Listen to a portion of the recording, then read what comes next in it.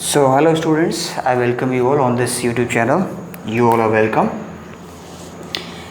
So in the last lecture we have already discussed the no load magnetization characteristics of DC generator and the load magnetization characteristics of DC generator, right?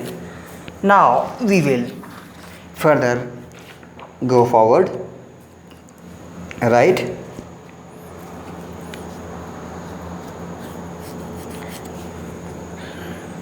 So here let me discuss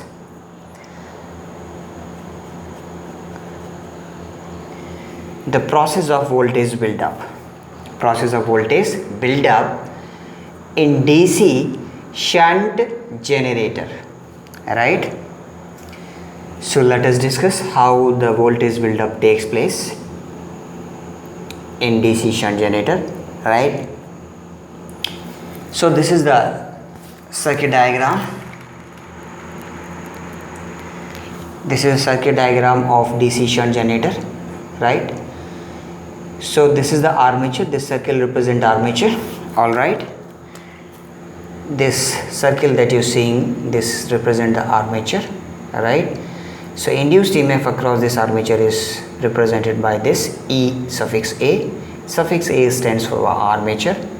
Suffix A stands for armature. So EA is the armature induced EMF or armature induced voltage. So this is the brush. This is again another brush. After this I have shown this armature resistance RA. IA is the armature current flowing in the armature like this.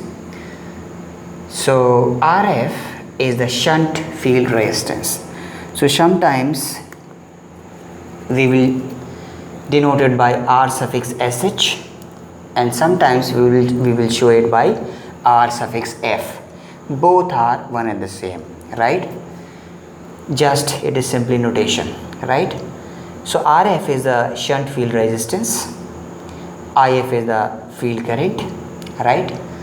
So this is the shunt field winding, right, which is connected directly in parallel with this armature, right? This is shunt field winding, right? This winding is shunt field winding which is directly connected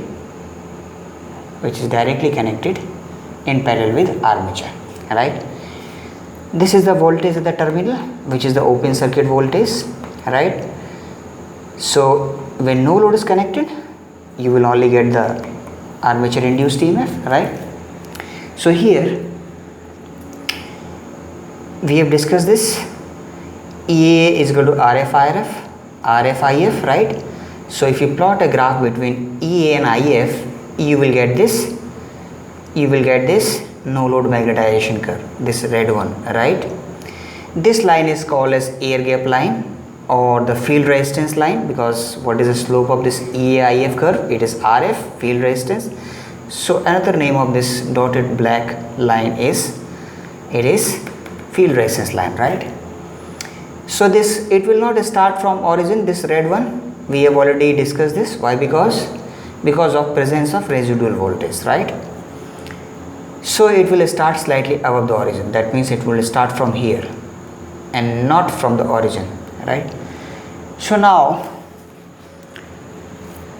first and foremost condition for voltage buildup is residual voltage.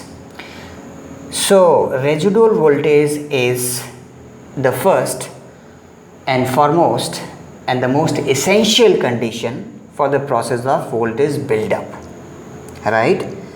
We will discuss how. So first of all, presence of residual voltage is necessary for the process of voltage buildup, all right? So residual voltage, see, now we are going to discuss how the voltage buildup process takes place in DC shunt generator.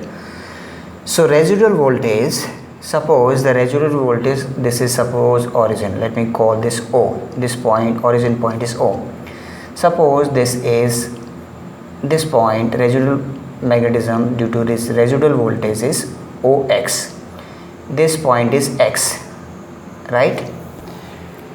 So now this residual voltage OX establishes its own field current, right?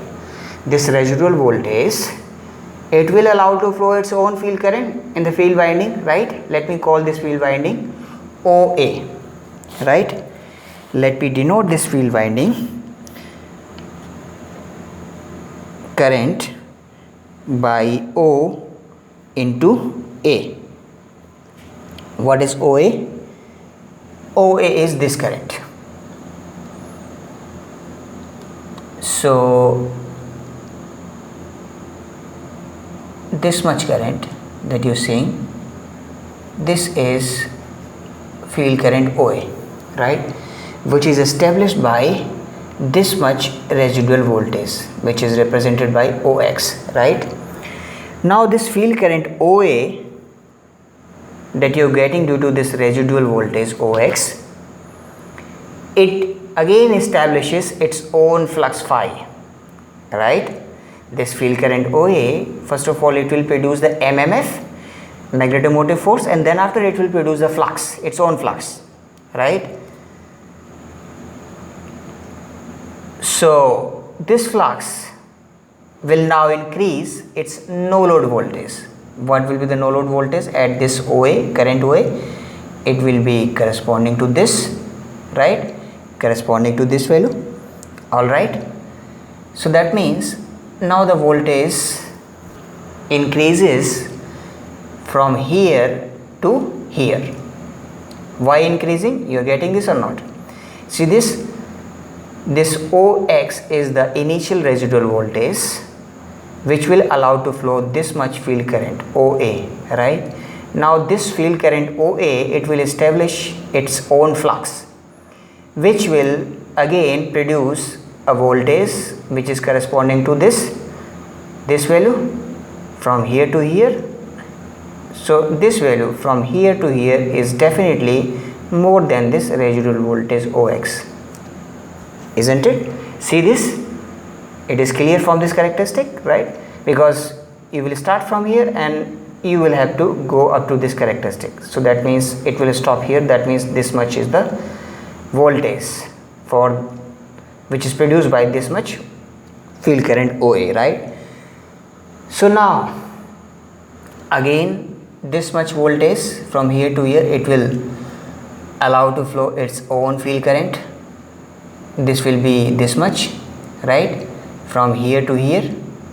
So now the field current will be OB, right, OB, right, because the voltage has now increased. So that's why field current again it has now increased from OA to OB, right?